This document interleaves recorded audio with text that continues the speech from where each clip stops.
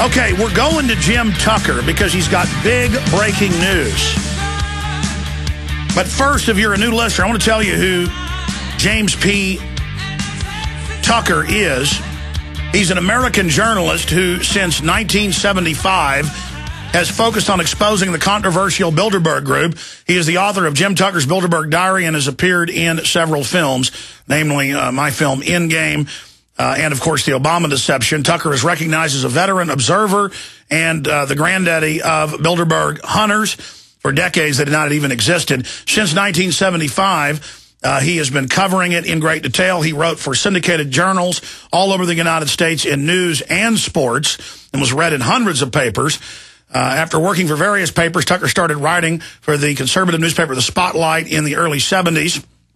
Now he writes for AmericanFreePress.net. And even Wikipedia, who I don't always trust, but I know this is true, and they have links to his original articles to prove it, goes through the fact that Tucker was able to write an advanced story on the downfall of Margaret Thatcher a year before, and later about the rise of Bill Clinton when he attended Bilderberg meeting a year before he even ran in Germany as governor of Arkansas.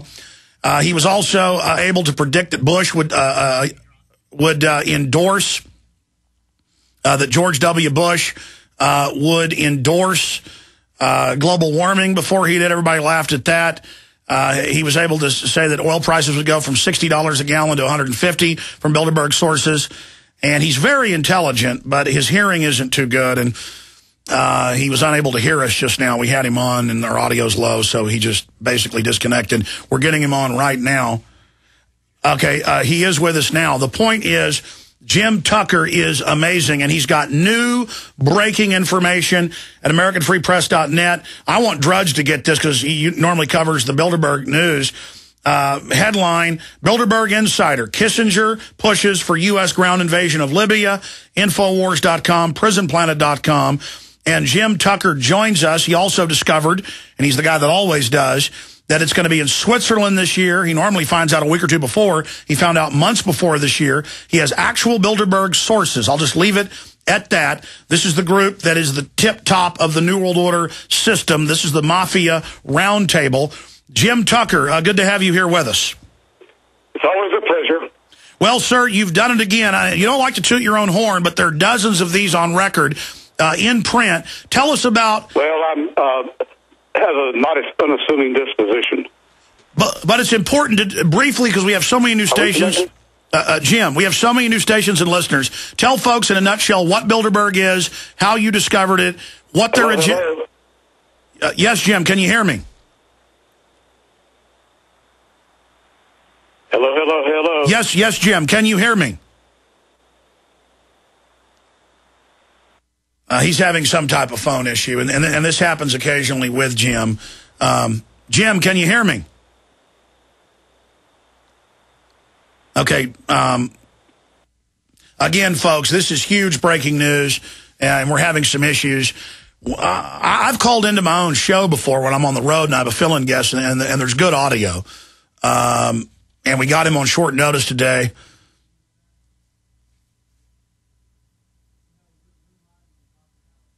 Okay, we're going to go back to Jim here in a moment. This is breaking inside information. Okay, Jim, can you hear me now? Yes. Break down what Bilderberg Group is and this latest bombshell info you've got dealing with Kissinger pushing for the ground invasion. Yes, for the newcomers, we'll explain that Bilderberg is a group of approximately 120 international financiers, political leaders, heads of state from Europe, high officials of the U.S. government. The President of the United States, unlike other heads of state, cannot attend while in office because the White House reporters account for every minute of his day, even on vacation, when is he bicycling and when not, and all that jazz. But the Secretary of State attends, Secretary of Commerce, Secretary of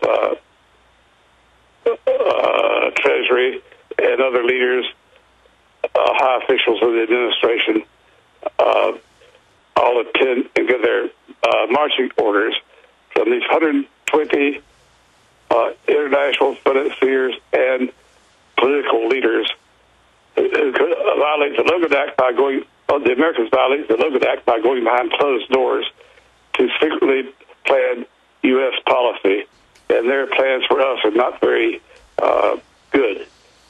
The bad news is they want to get the United States involved in a land war in Libya so it can inflame the entire Middle East, so they can rationalize invading Iran on Israel's behalf on the theory that Iran has nuclear weapons. When Iran belongs to this international group of who oppose nuclear proliferation, Iran allows inspectors, international inspectors, to come in and examine its sites. Israel's had nuclear weapons since at least 1962. They do not belong to the group and refuses inspections. So that sums up the war end of it. And there's still some more bad news. They are eager, the trilaterals, their junior partners, and Bilderberg, eager for Americans to have to pay $7 a gallon for gasoline. And, of course, they're still pushing hard for the World Treasury Department on the theory that if they can prolong the American recession, it's still a recession despite the lies by the administration saying it's over, through the year, all through the year 2012.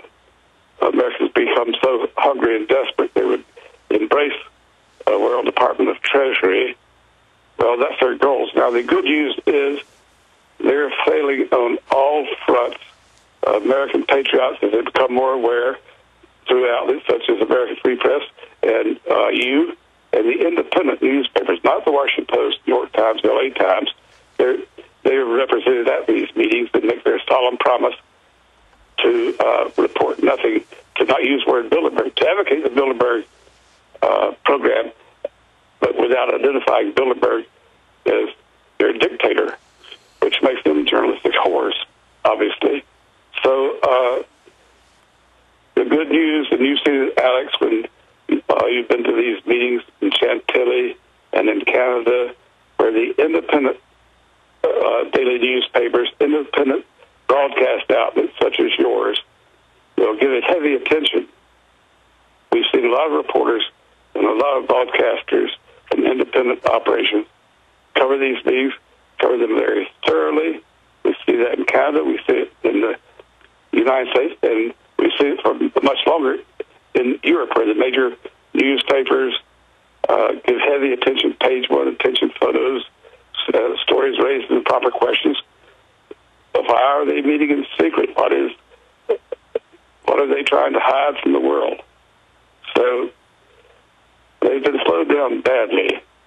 They really expected by the year 2000, back in the 90s, they were confident that by 2000, the United States would surrender its sovereignty, along with the other nations in the Western Hemisphere, to the American Union. It would be using not the dollar, but the Amerigo. Well, they're not even close to that now, and it was at least 15 years ago when they were so confidently predicting that would happen by the year 2000, 11 years ago. Okay, I'm wound down now, so you fire some questions at me. Okay, Jim, you can hear me, correct? Yes. Okay, good. Now, again, briefly, so people know how serious this is, and your back issues are going back 36, 37 years, are all over the web. I want you to go back briefly, and it isn't you predicting stuff. You have real sources. This group are some of the biggest decision makers, globalists, one-worlders. Decades ago, they said this didn't exist and you were a crazy person. Now they have to cover it. Now the news blockade has been partially broken by Drudge Report and others that pick up our reports via your reporting.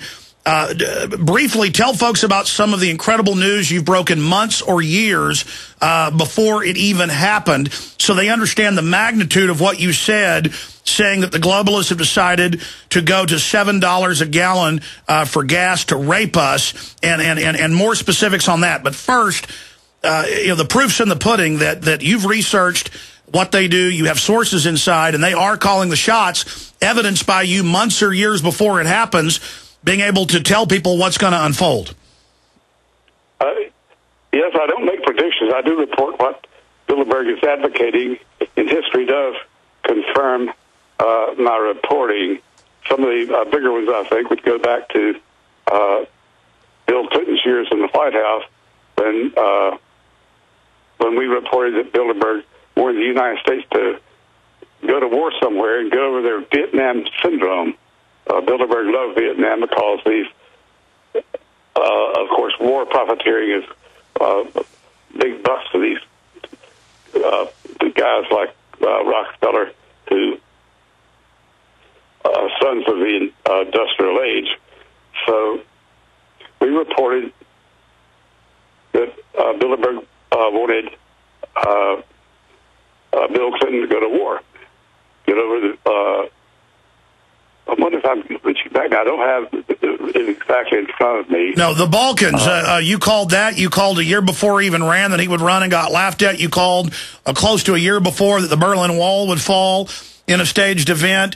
You reported Bush would endorse global warming. You reported when gas was $45 to $60, varying, that it would go to $150. Then you said it would go down because they decided to stop the squeezing because folks weren't buying as much as they thought. You reported, I mean, you've reported everything because of your sources inside. You also said that Obama was at the secret meeting in Chantilly, and that within a few days that he would, Hillary would announce Secretary of State. We were both at that meeting covering it.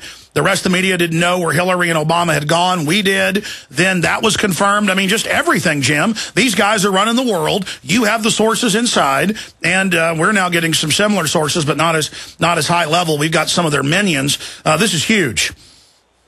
Yes, there's a little fun teasing the White House about that meeting. The meeting that Hillary attended in Georgia, I think it was.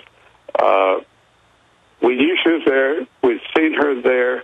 The staff, girls carrying drinks around the swimming pool, were excited about seeing Hillary Clinton. So I get back to Washington and called the White House for official confirmation. And the White House, the office press secretary for the First Lady, they have two different things. The First Lady said, no, she wasn't. I said, okay, I know she was there. What I'll do is, unless you want to change your view, is to report that the First Lady did attend the Bilderberg meeting, but her staff was unaware that she was the president of the meeting. And then I get some screeches. I say, you have 25 minutes to call me back and confirm it, or I'll report that she was there. And you said that you did not know. They called back and said, yes, she was there. It was a lot of fun teasing these kids. And you got her hit for the Logan Act for that, didn't you? Oh, yeah. Well, the taxpayers paid the $300,000 fine that a U.S. district judge imposed on the White House for violating the Logan Act. So they were fined $300,000, which the taxpayers paid. I hate to see be the reason taxes are raised, but I did want her publicly nailed, and that was fun. And then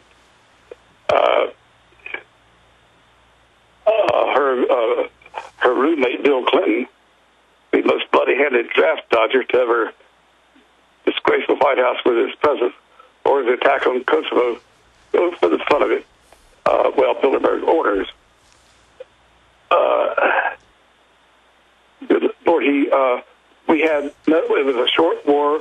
We had no casualties. Americans love wars when we don't have anybody hurt. But think about the literally thousands of people, old men, women, children, who died on the ground because our planes flew so high to stay out of range of the artillery on the ground from Kosovo that they could not bomb accurately. They just had to drop the bombs blindly. So that's why a school bus full of school children are all killed when a bridge gets hit. Hardy's hamburger joint was hit. And all kinds of innocent targets were hit, and innocent people died because Bilderberg ordered Clinton to do that to get us out of what they call Vietnam syndrome, where Americans did not want to go to war anymore because of the bad experience in Vietnam, which was very highly profitable to all these right, guys. Jim, I'm sorry to interrupt. You could tell these incredible stories for hours that are all on record. You dropped a bigger bombshell, and by the way, Drudge is just, thank you, Matt. Matt, obviously listening, has just red-linked Bilderberg Insider. Kissinger calls for U.S. invasion of Libya. Get Watson on the phone with all these new developments. We need to beef this article now with the new information. Jim Tucker, the world is listening. Again, you've called it repeatedly. You're saying Bilderberg is giving the orders to run oil up to what, sir, and what's the time frame? By the end of the year 2012, they want to be paying $7 gallons for gasoline. They point out that the British are now paying the equivalent of $8 gallon. And what they want to do is to bring the American standard of living down, lifting the standard of living of the so-called third world or poor countries. They call them developing nations, but that's a euphemism for poor countries. So they want the whole world to have the same standard of living, which is lower than the American standard of living. Part of the world government movement. If everybody on the earth has the same standard of living, substantially lower than the American standard of living, because our system is so much better than dictators. Sure, they're on record. They call it a post-industrial world. Maurice Strong, the head of the Goddard Space Center, Al Gore, they're all going to have palaces, but they're going to take our wealth, in the name of helping the poor. But really, it came out at the Copenhagen summit. They were actually going to cut carbon on the poor even more. Yes, most definitely. Well, that's why the meetings always follow the Copenhagen thing.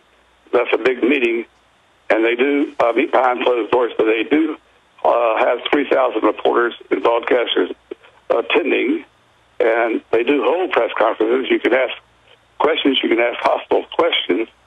So as long as that's why Bilderberg is more interesting than these guys, because Bilderberg tries to deny their existence. Jim, if you can, do 5 more minutes with us into the next hour, or 5 minutes in the next segment, and I'll be talking to you during the break and checking the audio again. Jim Tucker, veteran, true gumshoe, investigative journalist. The proof's in the pudding. This guy deserves a Pulitzer Prize, though all he's gotten is ridicule, but he's been completely vindicated over the years, and Matt Drudge has got our report up, front page, drudgereport.com. He is a living legend. I mean, it doesn't get any more. He wears the straw hat and the suit, folks. I mean, but he doesn't do it because he's copying the archetypal image of a reporter. He is the real deal, and he's giving us super inside intel. Jim Tucker, other key intel from your sources. Reading here, it sounds like the speech Brzezinski gave last year to the CFR that was televised on C-SPAN when he said the elite are in trouble, the world is waking up, everybody's talking about the New World Order, the private Federal Reserve. More intel, other tidbits that you can give us, Jim. Again, Jim's having trouble hearing us. Jim, more tidbits, Jim. We're live. Every time he's at his farm in Virginia, this happens. I think he has bad phone lines. When he's at the newspaper, AFP, there's never this problem. But we got him on short notice today. It goes in and out. And Jim is a character, to say the least. He's been shot at in Portugal, arrested many times. 70-something years old years ago when he'd be climbing over fences and through drainage ditches and dressing up like wait staff to infiltrate elite confabs. Jim, can you hear me? All right, well, it doesn't matter. We got the huge breaking information, and I should have known when I heard he was at his farm. Look out. This happens every time he's at his farm. I'm tempted to buy a cell phone because they're only you can get one for like $30 a month and mail it to Jim, because I'd have Jim on every week if we didn't have this issue when he's not in D.C. That doesn't matter. As soon as he gets back to D.C. where they got some good phones, we'll he can hear us when he's on the phone. Jim, you're live. Tell us any other information that you got from your Bilderberg source. You were telling us that Kissinger's depressed. Yes, and they've been depressed the last 2 or 3 meetings which is good news for us. The more he's and David Rockefeller and the other kids are depressed, the happier we are, because that means they realize they're failing. In fact, 2 or 3 years ago,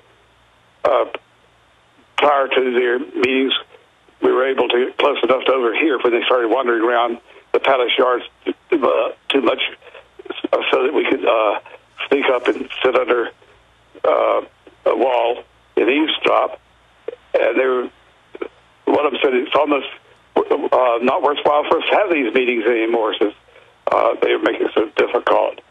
And they were really downbeat. They've been downbeat ever since, because, as I mentioned earlier, we are winning and they are losing. The patriots of America and from other countries in Europe and Canada are winning and they are losing. They're far behind in their world government ambitions. Any other tidbits, any other intel out of these 3 speeches that your Bilderberg source witnessed Kissinger give? Let's see if I can, struggling back. I'm scanning even as we speak.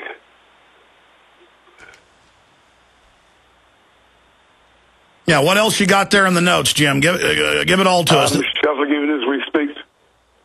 Well, we're going to break for 1 minute, so you'll be able to finish up, but go ahead and get started as soon as you find it. All right. I was looking for the names of some of these people. Nye was one of them. And also the Ozolic, as in former, now president of the World Bank and former big advisor to the president of economic affairs. They were both in this conversation about how bad things are and how depressed they are, and how they're especially upset that Americans are aware of the fact that if... Back in 1 minute, stay there! Jim Tucker, I could talk to him all day, but he's leaving in 5 minutes. Then we'll continue with all the news and other very informative guests. Presidential candidate Gary Johnson joining us. Okay, you were going over Zelikow, World Bank head, and others in these meetings with Kissinger, these closed-door globalist pre-Bilderberg steering committee meetings, and the fact that they're very upset, and there was some key info that they're upset with dealing with the American people. Jim Tucker. Yes, a conversation overheard between Zolik, Kissinger, and Rockefeller in his wheelchair, although we couldn't hear Rockefeller say anything. Kissinger's Rockefeller's valet issue. Bemoaned the fact that Americans had become aware that if the so-called rebels in Libya should win, or partially win, just end up with a piece of the territory, the Taliban, Al-Qaeda kids, will be in great shape, because they're part of the rebellion. The Taliban and Al-Qaeda are a significant part of the rebel forces in Libya. So if the rebels prevail even partially, holding just part of the country, the Taliban will be in position to attack Washington on the level of 9/11. And they're very upset that Americans became aware of that, and they groused about the expletive newspapers and broadcasters that expose that information and force it into the, they called it the national press, referring to broadcasters, TV outlets. And why? Because they're running and supporting Al-Qaeda and using the terror to take our liberties? Specifically, why are they upset about that? Well, I don't think as bad as they are, the Bilderberg kids really intended to help Al-Qaeda, but they did intend to manufacture a big war in Libya so that they could inflame the entire Middle East, as I mentioned earlier, and rationalize the U.S. attack on Iran. I think that they were just in their ignorance, simply unaware that the Taliban was a significant part of the rebel movement. But nevertheless, if they succeed, if the rebels succeed to any degree, the Taliban will be as strong as it was but it is capable as it was of killing 3,000 Americans as it was on 9/11. So they're upset the American people know that they're basically giving Al-Qaeda, Taliban a new base of operations, and they know that this is going to backfire on them, and is backfiring? Yes, and they're outraged that it was these newspapers and broadcasters did it and forced it into what they call the national press. Although the Washington Post was forced, and New York Times, LA Times, all of which are represented Bilderberg on their promises of secrecy, felt forced to acknowledge the Taliban role. They put it on the front page deep inside the story, but it would have normally have been the chief whiz page one lead. Jim, we've only got 1 minute left. Quick, any other bombshells that you've got? This is incredible. Well, I think we just about exhausted this for this year, but get ready for the higher gas taxes so that we can continue our recession, depression, so that we'll be happy to have a world government at the end of 2012. As our saviors. And again, when's the date in Switzerland of the 2011 Bilderberg confab? Oh, Lord, it's June 10 to 13. And you're going to be there, right? Yes. I may jump on an aircraft and join you. I'm already going to be the keynote speaker at Talkers in New York right before that. I may just get on an airplane and come out there. You'll know where I'm staying, so we'll certainly get in touch. Well, Jim, you're incredible. If I don't get on an airplane and come out to Switzerland, I've always wanted to see Switzerland and confront these people. We will have you here live with us, correct? Very good. Jim, you are awesome. We'll let you go now. Thank you so much, and we appreciate you breaking that information. Find out more at AmericanFreePress.net, Infowars.com, and DrudgeReport.com. Thank you, Jim.